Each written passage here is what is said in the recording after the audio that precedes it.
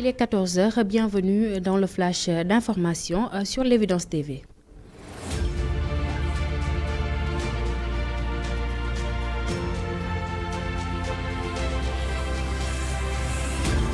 Le ministre de la Justice vient de réagir sur la polémique qui s'est installée ce mardi après le transfert de Ousmane Sonko au Cap Manuel, alors que son avocat, Maître Clédor Ciré Ly, parle d'un enlèvement. Les services dirigés par Aïssata Tall Sall affirment tout à fait en conformité avec les textes.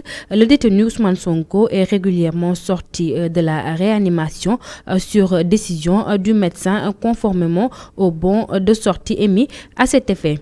Son transfert au Cap Manuel résulte également d'une recommandation de son médecin traitant.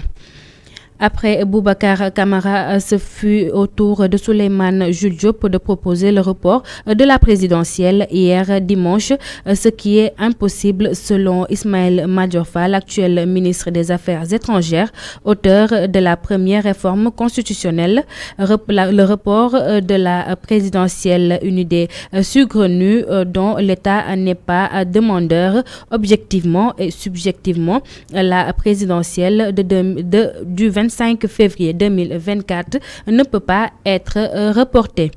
Selon un communiqué de la division de la communication des relations publiques et de la douane, les agents de la cellule aéroportière anti-trafic ont appréhendé ce lundi 13 novembre 2023 à 18h à l'aéroport Blaise Diagne une mule ayant ingurgité des boulettes de poudre blanche suspectées d'être de la drogue dure. Il s'agit d'une dame de nationalité sud-africaine arrivée à Dakar au bord d'un vol d'une compagnie aérienne étrangère en provenance d'Addis Abeba. Parlons sport à présent. Génération Foot qui refuse toujours de jouer les matchs à domicile au stade Lat Dior ont été sanctionnés. Les deux clubs ont été déclarés perdants pour le match de la dernière journée, en plus d'une amende.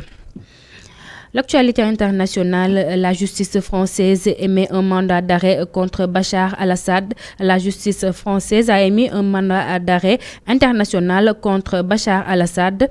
Ont annoncé ce mercredi des plaignants. Le président syrien est accusé de complicité de crimes contre l'humanité pour les attaques chimiques perpétrées à l'été 2013 en Syrie. C'était tout pour ce flash d'information. Nous vous retrouvons demain à la même heure.